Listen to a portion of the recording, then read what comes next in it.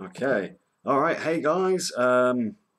We haven't scheduled this stream, so we didn't know when we were You actually. never do. Oh shit! I haven't even changed the title. Fuck. Hold on. Let me change the title. I won't put episode 3 because we're not going to be discussing just episode 3 today. There we go. Making a murderer. I better put a capital on murderer. Murder Isn't with it a. supposed to be truth detectives? Even though we've not Oh. detected any truth yet. Well, not yet, but today we're going to get into some theories and things. Hey Ed, first one here, very nice. Yeah, and hey Stupa Trooper. Yeah, today because I'm gonna be having my little holiday from streaming in a few days' time, so this might be our penultimate stream for a week or so. Hey Terry, hi Lily Luna, hi Lee. So we're going to kind of open up a bit and not just stick to one episode talking about making a murderer. And today, so we're going to go through a few different theories and a few things, but we'll cover a bit of. You watched episode 3 yesterday, didn't you, Andy? I've got 10 minutes left of it. I've just finished the bit where they've interviewed, or should I say, fucking bullied and interrogated Brendan Dassey. Oh yeah. Okay, so that is. Oh, hey, look at the video, Adam. I think one of your mates from your scamming channels joined us. Why, it's got a dislike already. Quite a few. Oh, brilliant! They're back. Fantastic. There's only 11 people here. Well, there you go. Anyway, the Brendan Dassey thing is quite important. We discussed that really, so we'll have a chat about. I mean, the trouble is, I've listened to that whole interrogation of Brendan Dassey, and there are some pretty strange things he said which aren't prompted by the police. A lot is, yes, but it's kind of a reflection on his uncle as well. Considering this guy's so supposedly so stupid, where in his mind are these fantastical things coming from? And I'm not saying like you have to be intelligent to have a good imagination. I mean, maybe he does. I mean, have you seen? And obviously, we're skipping quite far ahead.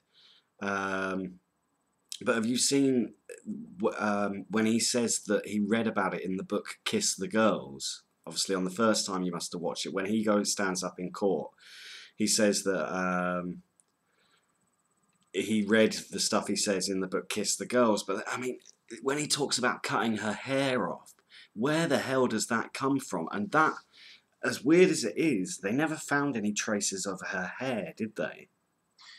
No, it's very, very interesting. We'll have to do a full video just on the Brendan Dassey interrogation. But when he stands up in court and says he showed no remorse, no emotion, nothing, it's all him sat back in the corner. Hey, Pat, I'm doing good, and I think Adam is as well. Are you, Adam? Yeah, I'm very well, thank you. He's not got any story to tell. He's just, everything that he's being. It was kind of like he was having a Jedi mind trick done on him. Like he was being forced into saying what they were trying to get him to say. And it was really interesting at the end where they're just trying so hard to get him to say that he got shot, that he or Avery shot Teresa Ball Hallbach in the head, and they were saying, what happened to her head? What happened? And then eventually one of the detectives just cracked and said, you shot her in the head, didn't you? Yeah, and that blows it because he's like then fed him the information that he would have proved beyond, because the only proof they have of what happened to her is the marks from the bullet in her skull. Yes. So that's, if he had said that, then they would have been able to say beyond reasonable doubt that he was there. Yeah, they blew, and obviously at that point, no one else knew that, did they? That was the whole purpose. But the way sorry. Put it this way: if that had happened in the UK, that whole case would have been thrown out of the courts, because for Brendan Dassey at least, he wouldn't have gone to jail. Basically, he would never ever have been able to have been convicted because they would have breached. There's a thing in England called the Police and Criminals Evidence Act. and it's referred to as PACE. And it's a huge, thick book about regulations that have to be followed. Otherwise, a breach of PACE could mean the collapse of the case, and it often does. If that had have happened in England, the Dassey interrogation, he would have been freed within a couple of weeks when a decent solicitor got hold of it, and he would never have been able to have been questioned again about that. Well, he would have done, but it wouldn't have happened. It would have been, it would have been totally sacked off. But the fact that he's still in jail for it now is nothing short of ludicrous. He was meant to get out recently, and then it was overturned. He got out, and then he went back. Oh. I don't know the exact. We'll have to look into that a bit more. Yeah, but his attorney. I don't know. This is from one of the future episodes, but what a cock, that Len Kaczynski. I really despise that weird little man. I can't remember him. Oh, basically, like they phoned him, the two officers. What was it, Fassbender and Vigard? And said, do you want us to wait until you're here to do the interrogation? He just went, no, I'm playing golf or something. Or apparently he was like in the military, like TA, their American equivalent of TA. And the Territorial Army, just to explain what that means, which is what Gareth in The Office is in, isn't it? Like they meet up on weekends. They're like Army Reserves, but are civilians. And apparently he was training for them. So that's why he didn't... That's why he didn't bother to go and help defend him. And if you watch as well later on, he has his own investigator, Mark O'Kelly or Martin O'Kelly or something. And again, he forces Brendan to sort of say things and stuff. And he's going, he gives him a sheet of paper, like an exam. And the first question says, are you, it's two boxes he can tick, and one says, I'm sorry for what I've done, or I'm not sorry for what I've done. And he ticks, I'm not sorry. And he's like, why have you ticked that? And he's like, well, I haven't done anything. And he's like, well, if you don't say you've done something, I can't help you. And this then keeps going on, and he starts making him draw pictures and things. And the most telling point for me, maybe you'll agree, was that he didn't understand the ramifications of what he was doing, basically. So after it happened, he's like, when can I get to school? Well, when can I do this? Can I go at 1:29? And the detectives are going, probably not. We'll see about that. Yeah. So such an odd time, though, isn't it? I need to be there for 1:29. It's not like 1:30. Yeah, he has to be there for 1:29. That's really strange. But, this is a guy who he's a very slow learner, to say the least. But he just didn't understand. He didn't have the wisdom to understand the ramifications of what he said and the impact it would have. He thought it was like a game, and he had to get them right. Thought that once he told what they wanted to hear, then he could go home. Yeah. Which is, he just didn't get it. And he said, when his mum questioned him and she was being mad and said, did you actually do it? And he went, they got in my head. Yeah. I mean, what did you read from that, Adam? When you first saw that bit where he says they got into my head, did you believe that that he didn't have any involvement? Well, there's too many kind of little details he does include which are a bit weird for nothing to have happened. And I was thinking about this earlier, though, because I want to go through kind of a list of scenarios of what could have happened with you at some point. And one of them kind of relates to, Brendan saying that stuff that happened. Because I'm wondering, at the time, Stephen A., their family, I get the impression there was quite a lot of drama within the family itself. They all live on each other's doorsteps and stuff. And Stephen's been out of prison for a while, and Brendan does mention he has a temper problem at one point. And then I'm thinking, maybe he's going, I'm going to get 36 million quid, and then the families, and he's then he has an argument with someone in the family, and he goes, right, you're not getting any of my $36 million. And maybe one theory could be that it was other people in the family, and they've all just stitched him up. That's interesting because I never really thought of that because obviously it happened on the Avery Yard, didn't it? Well, someone knew the way around the yard. Well, definitely. And the two, what was it, Bobby and the other family member, they were each other's alibis, and they were never looked into or interrogated. But the only people that saw each other and could say they weren't there at the time this happened was each other. Yeah. So what would you think their motivation would be? Well, maybe they were pissed off because he was going to get all this money. Well, let's. I hope we're not rushing into this, but let me go through the scenarios that I had been thinking about. Some of these might be a little bit far fetched, but I was trying to sort of think a bit outside the box as to how this had happened today, and think of kind of ideas that other people hadn't said.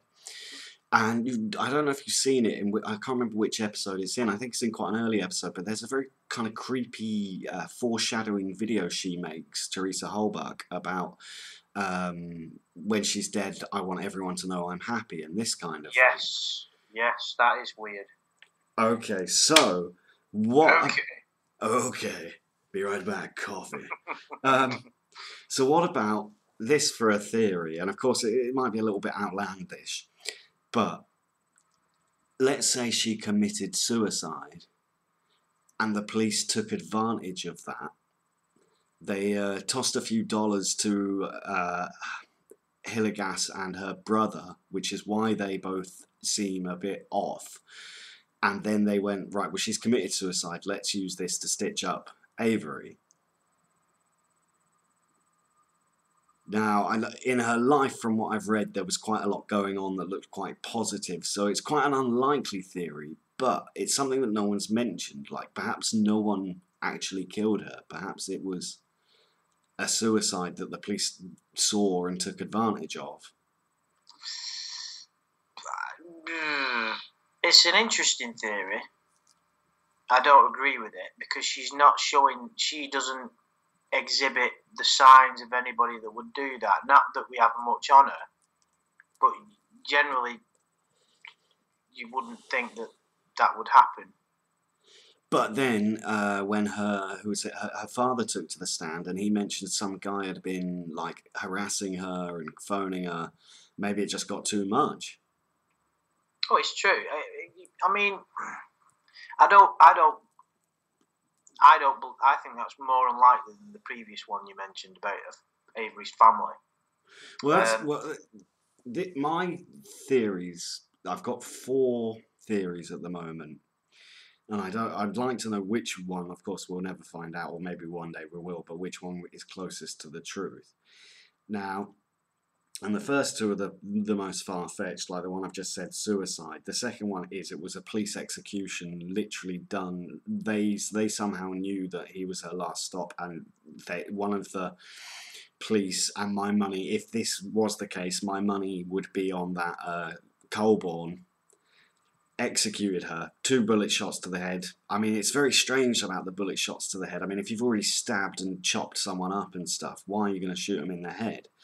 That seems more like an execution to me. So let's say nothing actually bad happened. Well, something bad happened to her, but like she got pulled over at some point. Colborne seems to me like the one that Lenk and the others get to do all the dirty work, the leg work, and his phone call at where he phones and says the number plate of the car and then says, yeah, that's a green Toyota, isn't it? And the girl goes, yeah. It's like, well, unless you're standing in front of that vehicle, how come you're aware? And it's very strange. He just doesn't go, well, one of my colleagues told me what the vehicle was. He just kind of flounders around his words and doesn't have an answer for why he knew what kind of car it was related to the number plate, which he called in 2 days before the discovery of the vehicle. That would lead me to believe that vehicle at that time was being moved somewhere. And when you look at that picture, have you seen the photo of the discovery of the RAV4? I have. I can't remember it off the top of my head. It's really tacky. The way it's been covered up is almost like a joke. Like you want it to look like it's been covered up. And surely on that huge yard, they would have, even if he didn't put it in the crusher, because of course it wouldn't totally get rid of the evidence of the car and it would look a lot more suspicious. if he'd put it in the crusher. But if you know that yard like Avery does, then surely you would have just driven it into a bush somewhere or something, not just put a few branches over it. Go, oh, that'll hide it. Yeah, that's true, and also it's worth mentioning again the key found in Avery's bedroom. I mean, what a ridiculous thing, right? He's gone to all that trouble to fucking hide the body and not have any trace of blood and somehow get that resolved, but been so stupid as to leave the fucking key to her car in his bedroom. Well, I mean, come on. Well, so that's, my two most outlandish theories are the police executed her just to frame them. They took an innocent life. That's not a new theory. We've even talked about that before. Or it was a suicide they took advantage of. And then the two other theories is that it was other members of his family that then framed him, knowing that the police would go for him, that they would get away with it. However, I mean, if you're going to be in for, if your uncle's about to get 36 million quid or your brother or whatever, you probably think it probably would be worth not doing that, even if he only chucks you, a couple of 100K. Yeah, exactly. That's what I was thinking. You would, if one of your family members was going to do that, unless you knew you was going to get nothing, then you wouldn't do... But maybe they did know. Maybe they'd had a huge argument, and he went, well, screw all of you. When I get the money, it's all mine. Wouldn't they just kill Avery instead? How would they know? Because then they would go to jail. But how would they then know that the police would go out of the way to convict him rather than get the real killer? Maybe, and let's just try and think outside the box a little bit here. Maybe the key was found on the floor. It wasn't planted, but it was put there a few weeks afterwards by when the doubt started to show. One of the other family members went, "Well, I've still got the spare key. Let's throw that on the floor." That's quite interesting. That I've never thought of it like that. Yeah, so you could have, it could be that they're in league. Well, not necessarily directly in league, but yeah, the Avery family are running around. That would make sense as to why that turned up after. But obviously, the more obvious conclusion would be that it's the police planted evidence. I think there's no doubt in my mind that they did. But it's interesting to come up with these theories because we still, to this day, can't figure out what happened. I mean, well, the final theory is that he did do it. And I mean, the more I've been looking into it, I know there's a lot of people that are sort of saying, he did do it, even as suspicious as all the police actions look. This is a guy that would know how to clean due to his job. So although we're kind of saying, well, how is he such a genius at cleaning, at just leaving his DNA here and there, but managing to clean up every bit of hers?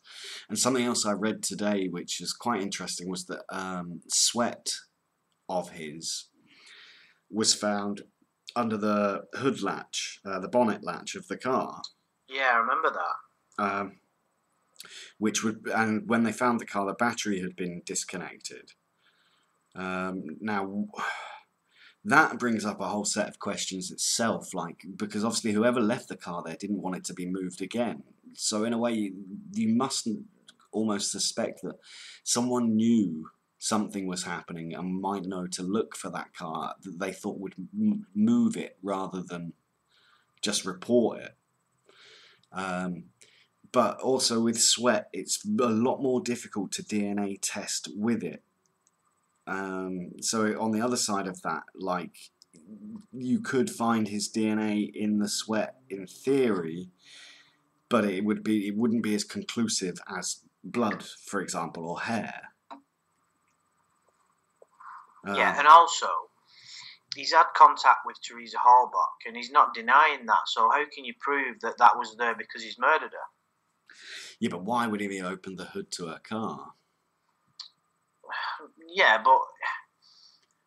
And someone did open the hood to remove the battery. Or to disconnect the battery. Because I believe they said both battery cables were disconnected when they found it. This is why it's an intriguing case, because on the surface of it, the way the programme present it, there's no doubt that he's been stitched up, but yet there's other things that make you think, like Dassey's confession, but it's not. It's not really a confession, is it? In my opinion, you can't say that that's a No. confession. He's not really said anything, has it? No, that should have been thrown out. Like, you just, like, you can't rely on anything he said. His story's so all over the place. But some things do kind of coincide with him doing it with Stephen Avery, but then we have to kind of face the truth that maybe they did do it, and it was this really horrible. I was reading actually the transcript from the interview with him, and there's a lot that obviously you don't see, and I've watched part of the interview, but not all of it. But they sort of said, like, oh, how did you know she was upset? And he was like, she was crying. And then he was like, what? The police was like, what, like shouting and screaming? He was like, no, tears just kept rolling down her face. Now that sounds very true, like someone in absolute distress. Would someone of Dassey's intelligence be able to conjure up something so realistic to life? Unless maybe he's felt that. I mean, the kid was distressed, and he did say something about, because you know when they bring his cousin Kayla up to the stand, and she said he lost weight and he was like breaking down at parties and crying and things, but he claimed that was due to breaking up with his girlfriend, and that story sticks very consistent. He says he lost weight because he was trying to impress his girlfriend, and in fact the day he was arrested was the day he was meant to go to meet this girl. So I don't know. The more I look into it, the more likely everyone becomes a suspect, even the people that have been arrested for it.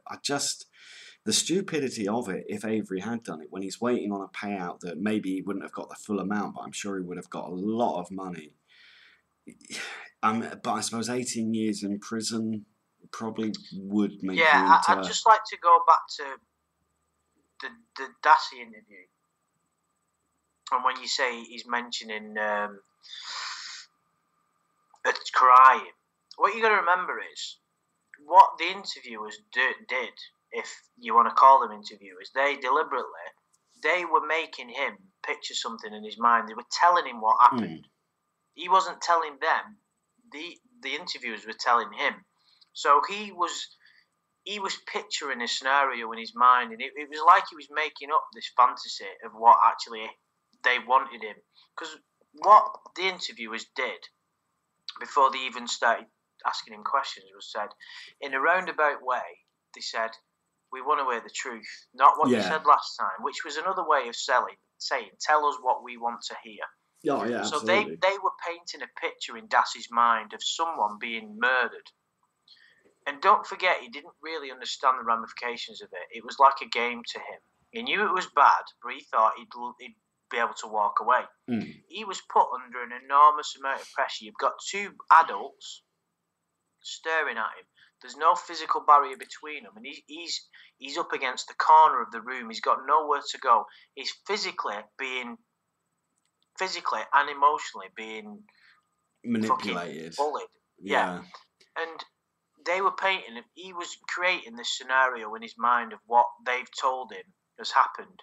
So as he was creating it, he's then thinking, well, she'd be crying. Because he's got enough about him to know that if someone was being subjected to that, they would be crying. Well, and this is kind of relates to my theory about the family kind of turning against him, because none of the people in the family really cared about Stephen. There was no loyalty between Brendan and Stephen. He thought he would say to the police what they wanted to hear. They would go, right, okay, your uncle's definitely going down for life plus 70 years, and you can go home. That's a good point. And Joe E519 has said in the chat and made a very good point. I think you just sort of touched upon it. Is that Brendan could have thought that Steve Avery did it. Well, I think a lot of the family themselves did or still do think that he did it. Yeah, so let's say that Brendan would have thought, it's a possibility my uncle's done this. It's a lot easier for him to create this scenario in his mind and create this little video footage in his mind of what actually happened. it makes it a more believable thing. For instance, if they were saying, your dear mother did this, he wouldn't have been able to do that. Does that make any sense? Well, yeah, I suppose remember, he'd only been back with his family for how long? He'd only actually been out of jail a matter of months or a year or so. I think Yeah, it was a couple of years, wasn't it? okay. Okay. That seems strange to me though, like 2 years. Now, also, one thing I want to point out is I don't think anyone in that family had any kind of record of sexual violence. What's that got to do with anything? Well, does it not seem a bit strange then, after 2 years out of prison, when he must have felt things were going pretty well at the time. He's about to screw over all these people that he hates. And he does come across quite modest, or like when he says, he forgave, is it Patricia Bernstein, the woman that sent him down? He said he forgives her, but he'll never forgive the police. Yes. Do you think that shows a certain level of maturity on Stephen's part? Yeah, I think it does. So you need to watch it, Amy, by the way. Yeah. And Dax Dess is in the house, Adam. Hey, Dax. Didn't his brother have a record? Sinister Skeleton says, didn't his brother have a record of sexual violence? Well, no, I don't believe anyone in that family had a record of sexual violence. So It seems a bit far to go from someone, okay, he burnt a cat, and we have to admit that's, one of the most despicable things. And I think he kind of says, oh, I threw it on the fire, but other people say that he covered it in gasoline and watched it burn. Or petrol, sorry, I've gone all American.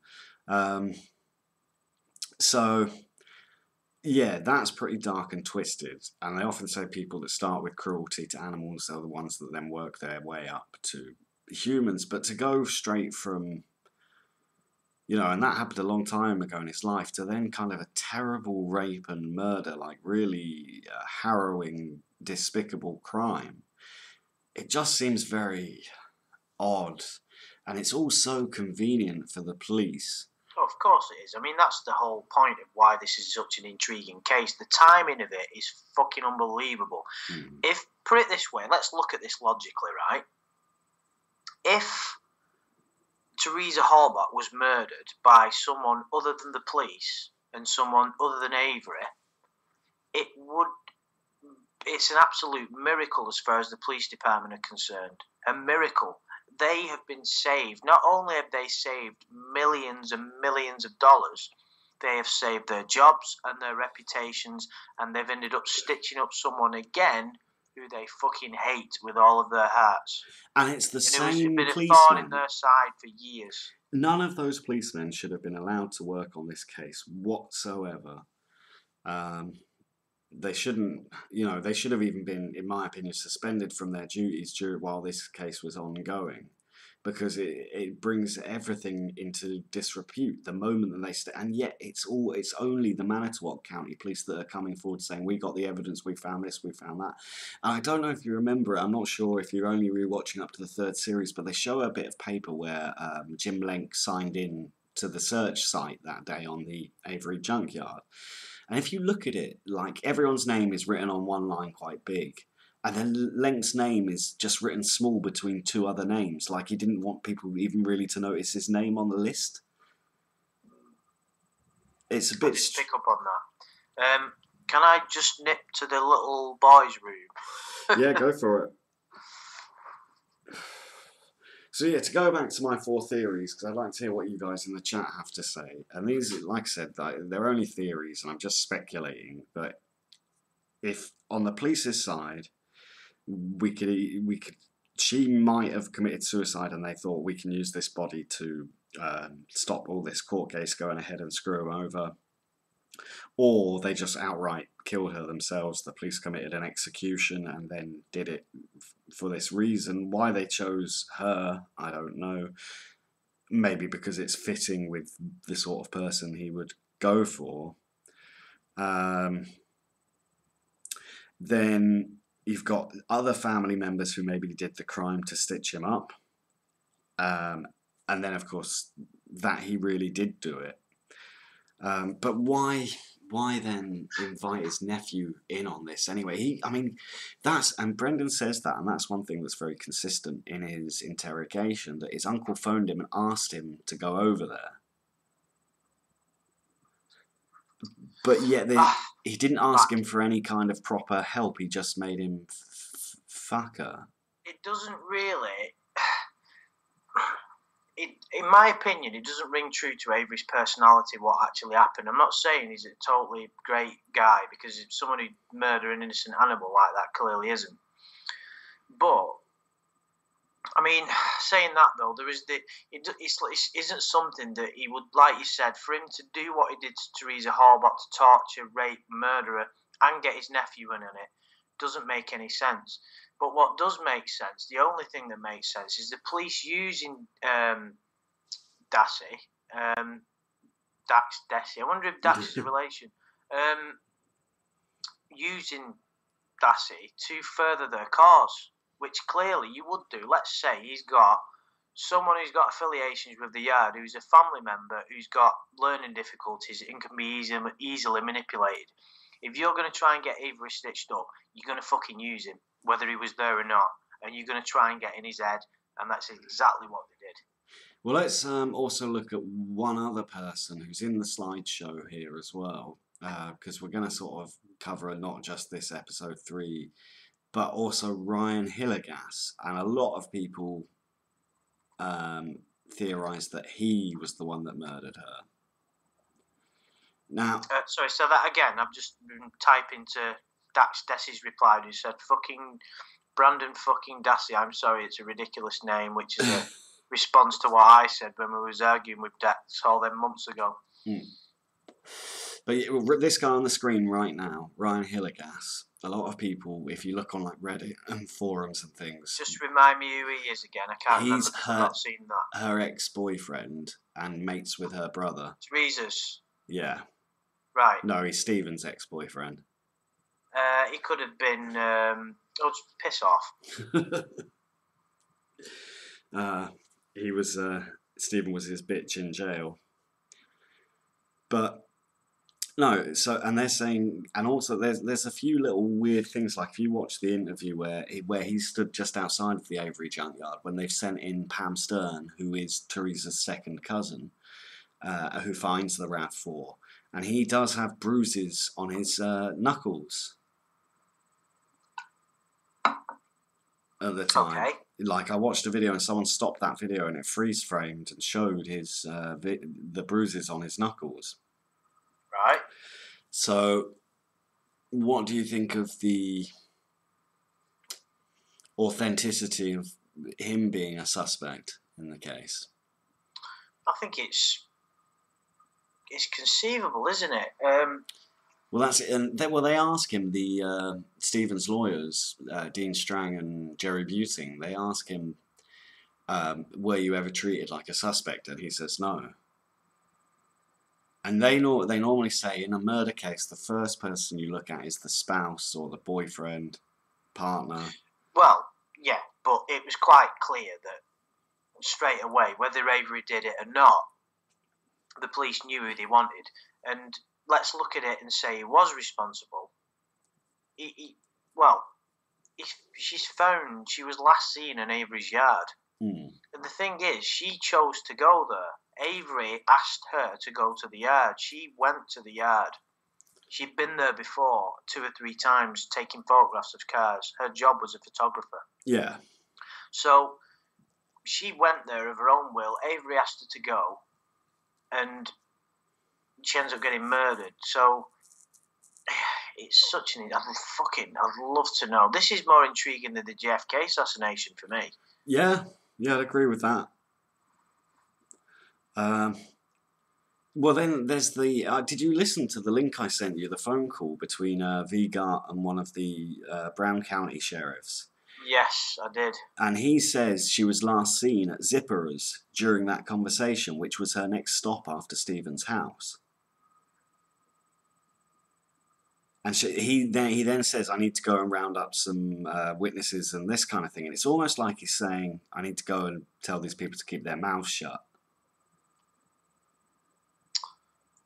I'll have to listen to that again. No, I didn't mean that, Dax, you shit stirrer. I meant that, well, she chose to go there. What I mean is, that part wasn't orchestrated by the police. I'm saying that her going there was something between Avery and Halbach. So it's possible. What I mean is, the police may have got. If the police murdered her, they would have got wind that Teresa Halbach was going there because Avery asked her to. So how would the police know that? Were the police keeping tabs on him, as I suppose they may do in that situation? Well, no, they got that information from Auto Trader, didn't they? Got that information from Auto Trader after she went missing. But what I'm trying to say is, if let's put the theory forward that the police murdered her, because it's a theory, isn't it? One that makes sense, doesn't it? Yeah. Makes a lot more sense than some of the other ones. Let's say that the police murdered Teresa Halbach. Would it have been quite common knowledge for them to know that Teresa Halbach was going to that yard at that time? I doubt it. So then it's not conceivable that she was murdered by the police. Why not? Because I'm asking, would they have known she was going at that time? Would they have been privy to information that Teresa Halbach was meeting Stephen Avery at that auto yard on that day at that time? Would the police have known that information? It's unlikely. But so in that case, they can't have murdered her unless there was a police officer hanging round on that yard all day waiting for a fucking young woman to turn up, or anybody that they can murder and stitch Avery up for it. Well, I think out of the theories, probably the police execution is maybe the least likely. But like I said, it could have been that someone else killed her and they saw that as an opportunity. It could have been that she committed suicide and they saw that as an opportunity.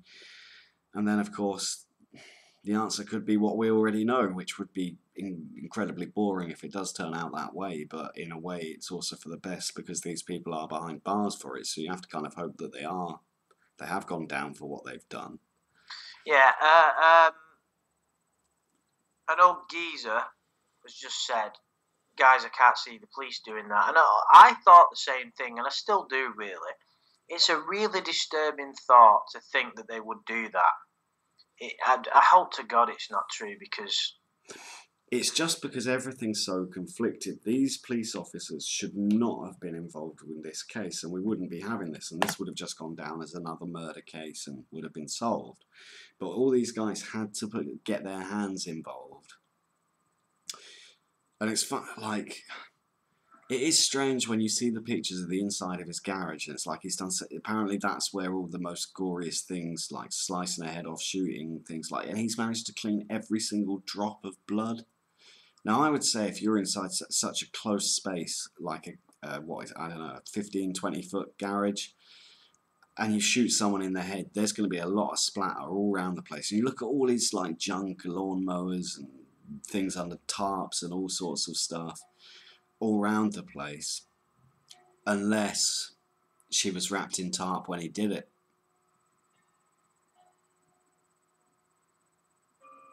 So yeah, I agree. That's one of the most interesting parts. I think. Do we both agree that evidence was tampered with at the very least? Oh yeah, absolutely. The police were doing things they shouldn't have done, but whether you could go as far to say as they killed someone to save their own pockets. The thing is, they don't, like I said, they do come across, the way the police talk in that, they come across like a mafia organisation, like a family, like there's omerta, no one is talking about anyone else. Yes, and it would make sense, that would totally make sense as to why they were pissed off with him in the first place, because he rubbed them up the wrong way. It was this guy running around town, taking the piss, basically, you know, being a bit of a dick, had to go at a family member, had to go at the wife of a fucking employee. Yeah. You don't... Basically, you know, fucking running people off the road and all that, people talking shit about him. you can from that mentality that you just explained, you can understand why they hated him. And that went on for a long time. They managed to get him stitched up, and then he's proven them to be liars. And then it's just the coincidence of Hallback getting murdered at that point. It's just too much. Do coincidences that extreme actually happen in life? Well, I don't know, but I did read somewhere that apparently Manitowoc had like quite a lot of missing persons. A lot of people have been disappearing. Maybe Gregory Allen did it. Maybe he got out of prison for the day and thought, I'm having this bastard. Did it once, let's do it again. Yeah, I'll get away with it this time. Yeah, so when you say that they have quite a lot of missing people, Adam, are you trying to say that they have a serial killer on the loose? No, I'm not saying that necessarily. I'm just saying a town with a high kind of unsolved murder rate or crime rate or disappeared missing persons. Maybe there was a lot more dark stuff going on, or maybe Stephen Avery had killed more people and had cleaned his tracks every time. But let's try and delve into it'd only been out 2 years, bit. so you would have thought in those 2 years, if suddenly lots of people had disappeared, then it would have been a lot more consistent as well. You know, it's just one. What would be interesting, and I'm not sure if it's something that we're privy to, is Avery's record from in prison. No. Well. Because what we're saying here, or what they are saying, is that if Avery killed her, 18 years in prison for something he didn't commit sent him mad. And that's why he did it. Because obviously, like you said earlier, everything was going right for him. He was just about to get millions, and he was about to humiliate and ruin the lives of everybody that fucked him up in the first place. And then he decides to go and murder someone. Which would say that you've got pretty dark and strong impulses that you just cannot control, and you become incredibly twisted and dark. So, if that's the case, on a personal level, he doesn't. If you just looked at him and heard him talk, he doesn't seem the type. I mean, I guess you can't tell, but he doesn't have that kind of evil in his eyes, like when you go and watch like the interview with Ian Huntley or someone like that, for instance. He doesn't display the characteristics of a psychopath. And one other thing as well, I read today he was only 5'1", and if you listen to Dassey's confession, he talks about he was carrying her, and they said, "Why didn't you stop him?" And he said, "Oh, I thought he was too strong for me." I mean, Brendan wasn't a little lad. If your uncle, he must have been towering above him. If he's really only 5'1". Yeah, but don't forget, tiny for a man. Yeah, he's short. Dassey's a big character, isn't he? Yeah. But obviously he's got the, if you want to call it a disability of his. I mean, did Dassey actually get diagnosed with anything? Did he have autism? No, just very low IQ. Right. So yeah, no, he's not on the spectrum or anything, but he's just not very intelligent. He just doesn't understand what's going on. I mean, he looks older, so you kind of forget. Like when he did that interrogation, he was only 16. He seemed to have had a fairly sheltered life, to be honest. So, I mean, it would be so odd. Try and think about it from his point of view as well. Like nothing, as far as I'm aware, the Dassey kids had never really been into any trouble. I mean, they go hunting and stuff, so I suppose it's a way of life we're not really used to. Kind of death of animals is probably a regular thing to them, killing animals and stuff. But if you're going hunting for that night's dinner, I don't know. No, I think that's a good point. That I mean, there's a strong the gun mentality in the US makes hunting a lot more real than it does in the UK. It's kind of nobody walks around with a gun hunting animals in the UK. It just doesn't exist. Oh, it does up in Scotland. Well, all right, but not in England. No, I mean nobody has guns. You get a gun and you go to prison. It's simple as that. So there's a huge, certain parts of the US they're big on hunting, aren't they? Yeah. But so you're right. That I hate that unless you're gonna eat that animal and that's what you're doing it for. I don't particularly. I think it's disgusting. But it means killing animals are less to a lot of people in America than what they may be in the UK. Is that a fair assessment? Well, yeah, I'd say so. I mean, if it's I suppose if you see death of animals all the time, death of other things doesn't surprise you so much. Yeah. So we're not trying to defend what he did, are we? We're just trying to say that it's less likely to show psychotic behaviour than, and he's not a very sophisticated guy, is he? Well, let's try and go through the events, say they did happen. So his uncle phones him up, 7 o'clock, he said, and says, "I'll come over, I've got a surprise for you." And then he turns up, and his uncle's like, and he does say this, and his uncle says, "God, like, she's chained up to the bed, apparently." And he says, "Has sex with her." And he says, "I'm not of age." And he's like, "Oh." And that's such an odd thing to say as well. Yeah, because you're just in the process of murdering someone, but yeah, I'm not old enough to do that. Yeah, like to say, "Oh, well, it's fine, we can tie her up and kill her, but I'm not old enough to have sex yet." I don't know, but then maybe playing devil's advocate a little bit here, maybe Stephen Avery kind of went, "Oh, well, you're never going to get a girl, you're never going to get laid, go on, may as well have a go on this one." I'm sorry this is getting a little bit dark, guys in the chat. Don't worry, we're telling it how we're seeing it. At the end of the day, if you've not got a strong stomach, you're probably better off turning it off. And so then maybe he goes, "I've got a surprise for you, nephew." And he's like, "Oh, I'm not of age." He's like, "Oh, come on, it's not like you're ever going to get laid, is it? May as well have a go now." And he's like, "Oh, all right." And then he does it, and he's like, "Right, now you've got to help me fucking get rid of this woman." I mean, It's not too far-fetched, is it? Yeah, but no, it doesn't. But let's put this. Let's put Dassey out of the picture for a minute. Yeah. Is Avery capable of murdering her? Would he have the inclination? In order for him to murder Teresa Halbach, he would have to have a massive psychological issue that he's developed in jail or has always had. Well, I mean, he did. Otherwise, it's got to be a total. He did threaten someone with a gun before, although he said it was not loaded. Yeah, he didn't. He did. And so let's look at the two things that he did. He drove someone off the road and threatened them with a gun, and also he sent letters to his ex or one of his children saying he was going to kill the mum. Yeah. So you've got two incidents there of incredibly questionable behaviour. Yeah. But does that?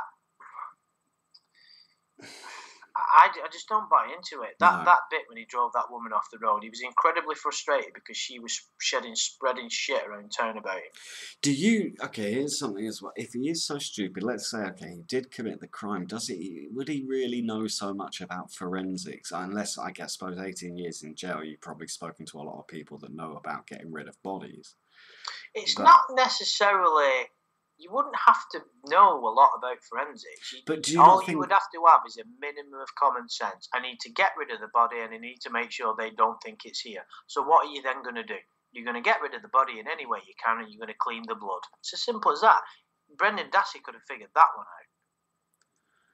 True. But do you not think for him it would have been easier just to throw the body in the back of a car and drive it somewhere, or at least to the other end of the junkyard and burn it there instead of right behind his house? If he'd have killed her, right, let's look at this logically. But this is the thing, right? If he'd have killed her, we could say, oh, he would have done this and he would have done that. But if he would have killed her anyway, he'd have to be a total, not a psychopath, but he'd have to have severe psychological issues. And that would say that he's not really bothered about getting caught. Put it this way. If he would have murdered Teresa Halbach, he would have known that he would have got caught. And he doesn't. It's not difficult to lie, but I happen to believe him. When he's speaking to his family over the phone, he displays no characteristics whatsoever of someone who is lying. So if he is lying, he's an expert of telling lies. And he's not that sophisticated to do that, in my opinion. Well, no, I don't think he is either. So do we both agree, and I don't think we've even asked each other this question before, do we both agree that he didn't murder her? No, I can't agree on that at the moment. I'm still open to anything. What I will say is there's definitely planting of evidence. There's definitely foul play, but I can't say beyond doubt that he didn't murder her. I can't say he's an innocent man. Not yet. I can't exclude any conclusions at this point in time. And I'm still kind of investigating, like each day when I'm at work, I'll stick on some kind of, there's a lot of videos on the internet you can find with theories. There's shitloads and it'll never end. There's one thing that does make me suspect him. Well, there's not one thing, there's a lot, but I don't think he did it. But the one thing that has my mind ticking away a little bit, when he got found guilty and they read out the guilty verdict, his reaction wasn't that. All he did was sigh and go, oh, like you just found out your favourite football team had lost. It was just, I'd have collapsed. I mean, that might just be my weak character, but I'd have collapsed in a fucking ball and cried myself silly. I think at that point he's just exasperated with the system, though, isn't he? You know, he spent a lot of his life in court, a lot in prison. I just don't know if you'd have. He's probably just drained, to be honest. You know, that whole time waiting for that verdict, and that's really weird that the verdicts are inconsistent between Dassey and Avery as well. I mean, obviously it's not the same juries, but how can they not? They didn't convict him of mutilating the body. They convicted him of rape and murder, but not of mutilation of a body. Yet Brendan got convicted of mutilation of a body. So the jury in that case decided that he did mutilate a body, but Stephen didn't. And yet there's no evidence for anything. The only thing we can say definitely was she was shot in the head twice. And I think that's why it could have been a suicide, or it could have been someone close to her, and they just went, look, we're going to use this. That Pam Stern, who was her second cousin who found the RAV4, was an ex-officer as well, who was now a private investigator. And this is a very close-knit community. Everyone knows everyone. And so even all the people, probably in some way were aware of, or even friends or acquaintances with police, anyone who wasn't part of the Dassey Avery clan, because they were kind of shunned by everyone, the whole community. So it could have been something that, again, to sort of throw a theory out there, it could have been like, let's say her ex got overzealous, they got into it would explain the bruises on his knuckles, they got into a fist fight and he knocked her over, she hit her head on the way down, and then they were like, shit, phone the police, he's like, I've done this, and they went, alright, don't worry about it, we know you're a good kid, really, these things happen. They send fucking Cole back round there, he shoots her in the head twice, takes the body to Avery's, or like because he first takes the body to the quarry where they found some of her remains, which is just outside of the Avery's property, scoops up some more of the remains, and then moves the car, sticks some of the remains around Stephen's fire pit and the other place it was found in the yard. That could be a possible thing that happened. Colback, I would say, did a lot of the legwork during whatever happened over this time. He's one of the people you could say, no, he was under the most pressure. He's the one that he had a hand in everything, didn't he? He was the one that was he the one that ignored the phone call? Yes, he was the one that never made the report. And he was also the one that immediately after Avery got released from the first job, he then made a call the day after. Yeah. In other words, it was the forefront of his mind. He was the one that had the most to lose. Yeah. So it would stand. He was the one that was under the most pressure and put under the most scrutiny. So it would stand to reason that if anybody was going to do it, it would be him. And he was also the lowest ranking out of all the officers involved. So if they're going to send someone to do the dirty work, it's going to be him. Yeah, exactly. So yeah, he's definitely up there. And even looking at that picture of him there, I mean, it's easy to sort of, when you know something about someone, to say they look dodgy, but he just fucking does. It's not. He looks as if he's going to crack and say everything every time he's on the stand. He looks like he's about to burst into tears. What was interesting to me in the first episode was when they were interrogating the people involved in his first prosecution and how he was stitched up, and the way when they were being interrogated, the way the body, I'd love to do a video just about it, the way that the body language was and how under pressure they were. It was just brilliant. It was perfect. But yeah, so we're gonna have to wrap it up. Yeah, I need to get to bed. Yeah. 1:20 in the morning. Yeah. Yeah, so we're gonna do another stream on Wednesday. What we're gonna do a stream about on Wednesday, Adam? Because it's gonna be a last one for quite a while, isn't it? Yeah. I don't know. Well, I suppose it is. It's the 30 days of Lawnmas. So yeah, we'll do I think we'll do a TCAP related one, but we'll have a general. Yeah, someone was saying they wanted to hear you talk about. Oh, you might want to make that as a separate video about Tennis Boy because no one talks about him. I might go into his chat log one day. That might be quite interesting. But I've got so many videos to make. I wanted to do some of the interrogations of the Hanson versus Predator interviews. Oh, by the way, just before we go, has anybody seen that new documentary on Netflix called Time, the Khalif Bowder story? I've not even heard of that. Well, I'm asking them. I know you've not. Yeah, has anybody watched that? Because me and a friend from work have been watching it over the last couple of days, and it's got a lot of similarities between that and this case, the Stephen Avery case. I don't want to spoil it for anybody, but there's some major differences that I'd love to go into. I'd like for you to watch that, Adam. All right. Because the way that the document is only 6 episodes and each one's 45 minutes, so it's not as intense as Making a Murderer. Mm-hmm. But the way it's produced and directed, it's very leading, in my opinion.